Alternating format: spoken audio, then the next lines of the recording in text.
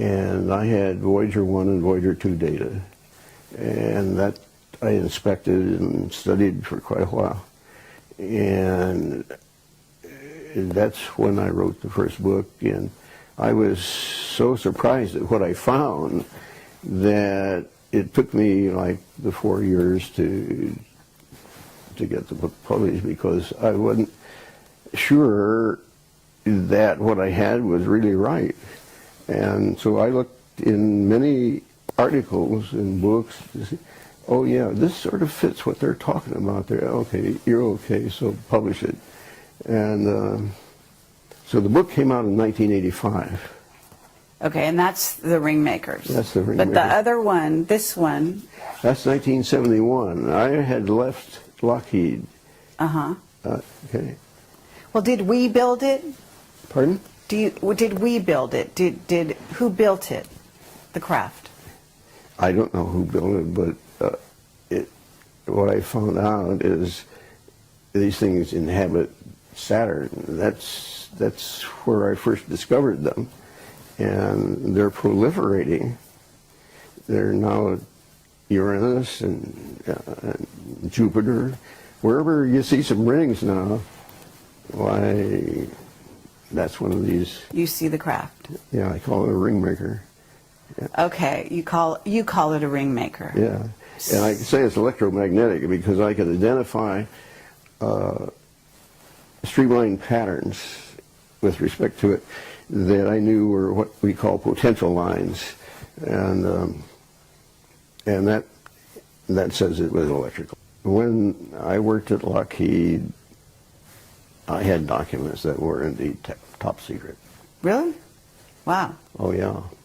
And then I went through the first generation of the Polaris underwater launch vehicle, and then I got tapped to go behind closed doors. Oh, you did? Yeah, and I was there for till I got claustrophobia. 3 doors to get to your... Yeah, I had to sign my life away for 30 years. Wow. Is it still in effect right now? No. No? So could you tell me anything? No. You can't? Mm-mm. Why? What would happen? I'd prefer not to find out. Might have seen some craft in those hangars. Is that right? It was my first clue that there was something in space that was different. Okay. I was handed one day a set of data. The guy that gave it to me said, nobody else around here has ever been able to get anything out of these data, and if anybody can, you can. And so I went through it, and I found this one spot of data that really looked interesting. And I slugged through plotting it up. It was quite a difficult task to draw the picture of that. Mm-hmm. And when I got it, you could tell it was something strange. I didn't, at that time, I have seen one on the ground in Antarctica. You have? Not personally, but an image of one which I wished I'd have cut out. Right. So no, these things can come in real low. Yeah. They're all sizes. Mm-hmm. It's the same deal as airplanes. You know, they're Cubs and all that kind of. You know. Right, and so when you're talking about the craft in the Rings of Saturn, you're talking about something huge, right? Yes. Much bigger than we could even conceive of. I understand. What is it? I don't know. What was it? 70,000 square feet. I could, in looking down on the rings, I could see parallel lines crossing the ring, all the rings at once. Mm-hmm. That's about as long as you can get them. That's incredible. But I could tell that those lines demarked the outside of an object. Mm-hmm. So are you sort of saying, when you say you got claustrophobia, I don't know what that means. Do you mean that you became sort of tired of working in this above top secret area? Yeah, no, I'm not tired, and it was very exciting. I got to see everything that went on all over the world. Wow. Nothing much has changed. Yeah?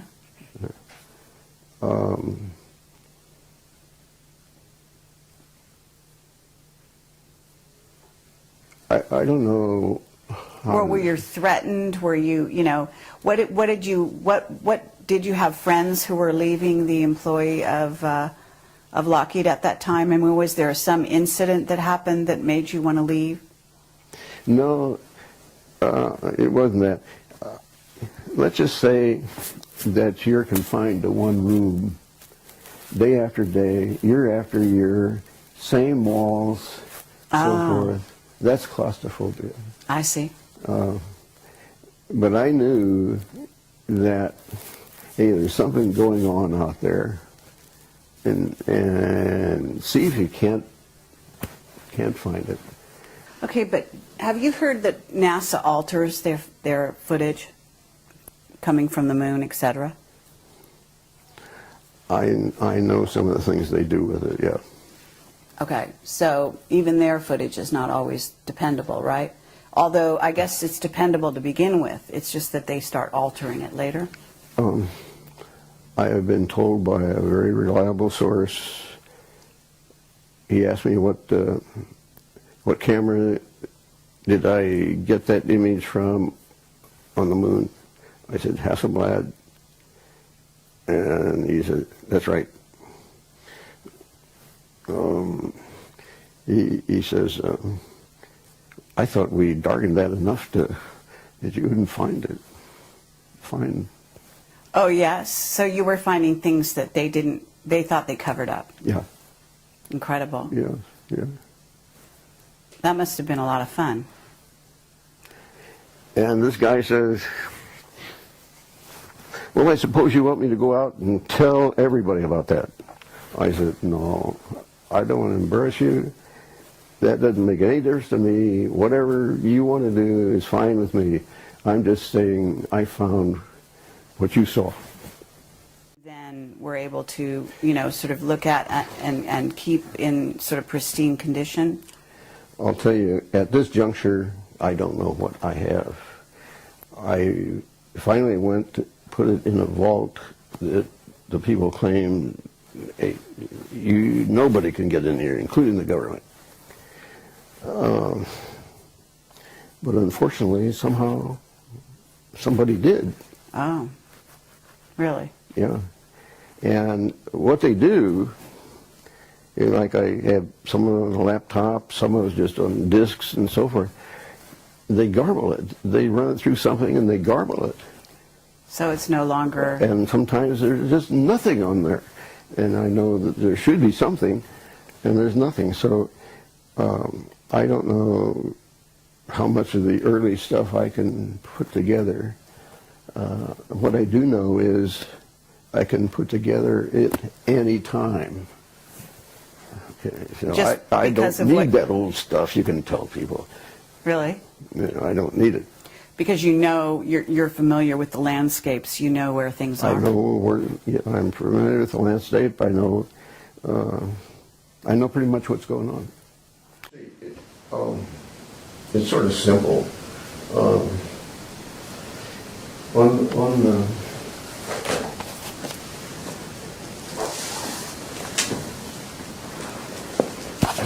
That's a lot of energy.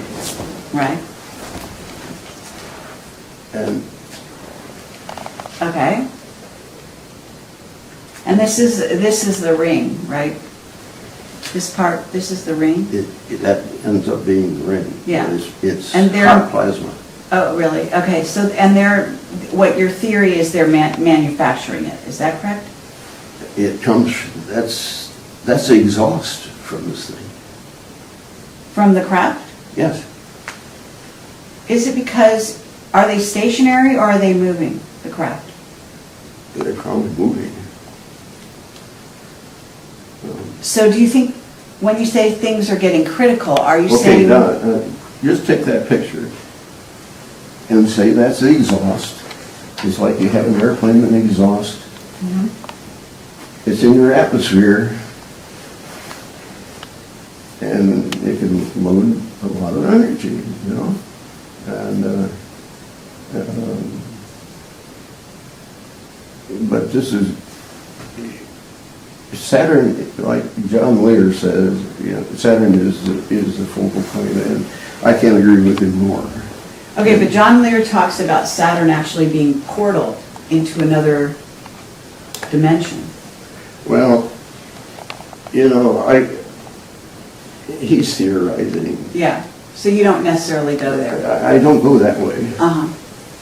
I either say, this is the way it is, or I can't hack it. Okay, but you're saying things are getting critical because I'm really curious. Are you saying that those craft are coming here? Is that why it's critical?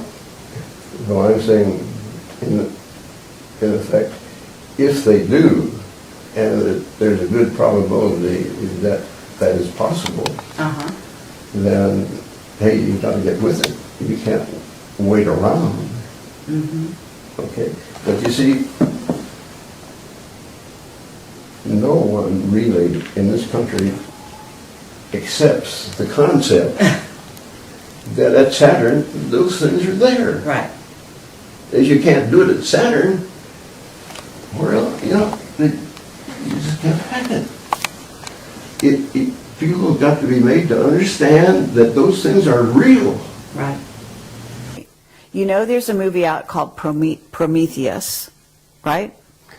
I can't say that I do. You don't know that. Well, there is one. And I talked to Richard Hoagland. He said Prometheus is, well, first of all, there's a moon in Saturn called Prometheus, right? Yeah. And I'm told that there's some kind of interaction between that moon and the rings. Well, sure. There's no question about it. Okay. Yeah, I would agree with him. And and you say there's something going on now. It's becoming critical, is how you're terming it. Yeah, it's much more prevalent than what we saw in 1985 or a little earlier. Meaning there's more activity on Saturn, do you think, or just more activity around this question about the rings and the craft in the rings? No, there's actual activity. There is. You know, to start off with, Uranus, which is one of the other planets, did not have rings. That's right. But now it does. Right. See? And so that kind of thing is going on. And we really ought to get to the root of it. Okay, do you have a theory on why Uranus suddenly has rings? Well, sure, it's the exhaust just like... so that's how I think the attention is being obtained. And so I would expect something to happen a little bit. You would? Yes. When you say something to happen, what are you suggesting? I'm suggesting that Stanford, let's say,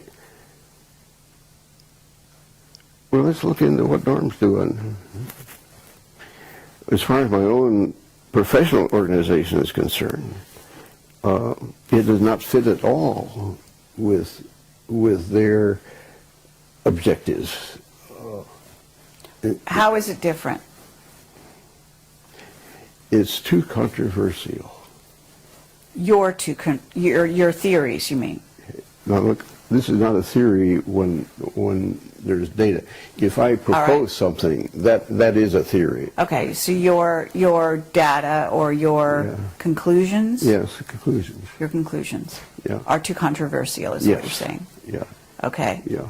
They don't want to get involved in that. But if there, as you say, there are new rings around Uranus, and there's other activity on other planets too, isn't there? In the solar system? Jupiter? And what's happening with Jupiter? It's getting rings. It's getting rings. Okay, and are you seeing craft there as well? Vehicles, as you call them? I haven't identified craft, but I can tell you that where there's rings, there are these things. So we have these ring makers, yeah. and they create tremendous energy. Yeah. Can you tell us more about what you think is going on there? You've got any ideas along those lines? Well,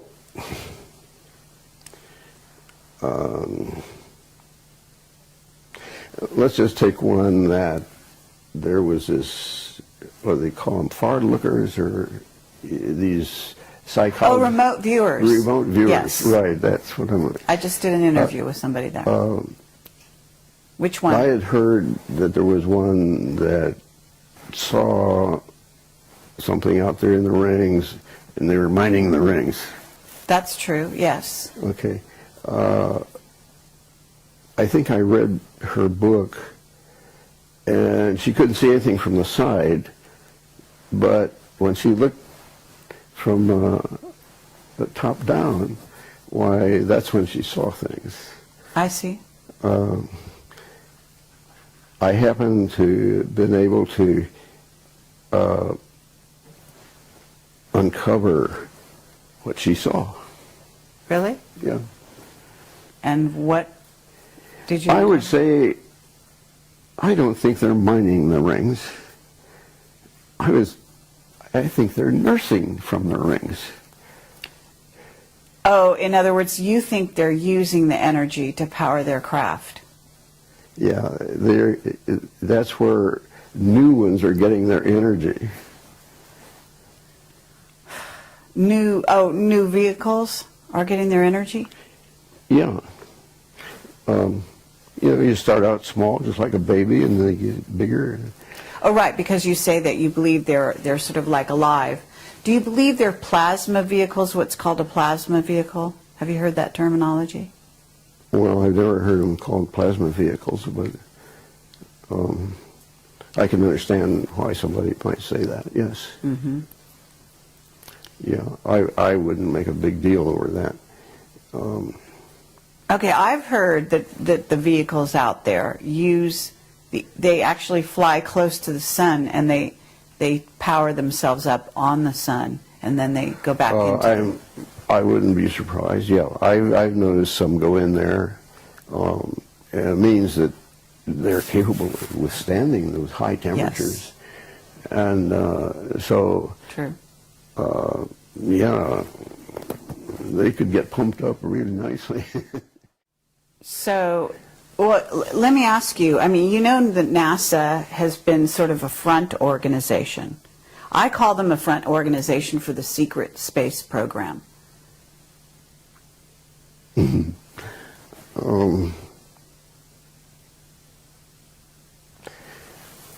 I don't know about being front. Well, when I say front, I mean, if you have an organization that deals with the public, interfaces with the public, and also misleads the public on certain things, by doctoring photos, by covering up certain things, by only releasing certain things, that's a front organization, isn't it? Okay, all right. I guess you're entitled to do that. Okay. So if we were to look at the situation a little closer and find out who are the insider organizations, certainly Lockheed would qualify. Would you say that the defense industry are all in the know? No. No? No. Lockheed only recently has been getting images themselves. Mm-hmm. And having worked there, I don't think there'd be anybody that would be capable of doing the kind of work I have been doing. I did come up with something that they could do. It required the services of one of the gents that knew how to program the computer. And that was the advantage of the outfit. They said, it can handle any size computer that there is. And, okay, so the day came, and this fellow's name that owned the company, his name is Jack, and Jack called a fellow in and says, Norm's ready for you to program things. Jack, I'm going to have to think about that. Can I tell you over in the morning what my decision is? Yeah, think it over. Next day came, he says, Jack, I can't do it. I am an aerodynamic specialist, and if I do this other, I ruin that. It's a no-go. Oh, how interesting. Yeah, that was his attitude. And you check around, and the good guys still have that attitude. Right, that they don't want to get their hands dirty. They don't want to be sort of tarred with the same brush. They've chosen, their route. Straight and narrow. Yeah, and you come along and deviate them. They can't hack it. Very interesting. Do you believe that we're communicating with them? Have you had any evidence of that? Oh, no. We are not capable of doing that. SETI has tried to communicate with extraterrestrials, and they haven't done it yet. They have chosen the type of person, the type of entity that they want to communicate with is somebody that knows how to build radios. Right. That constrains them in their thinking immensely. Right. Okay. There is one flight out to Saturn where the instrument flew by the ring. And the idea was to sense the plasma in there. It had a wide frequency range, and it turned out to be plasma.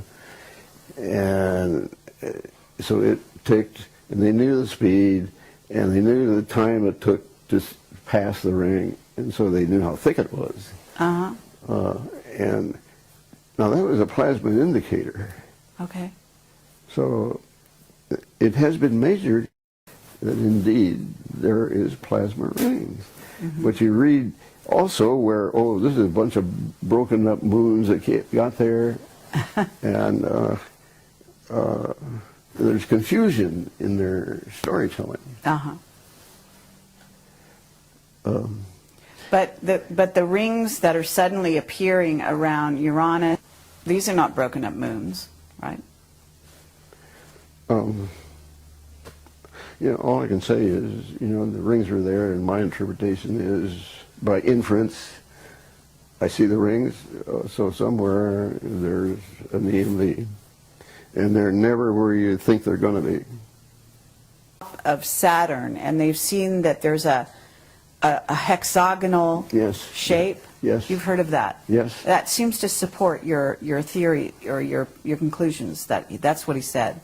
Do you agree with that? Yeah. Any geometric form can be made. Okay. But you don't see anything. I mean, isn't there a significance to the hexagon in the Saturn symbology? Well, I would never expect a hexagon there, but I have never expected to see some of the other things I've seen either, so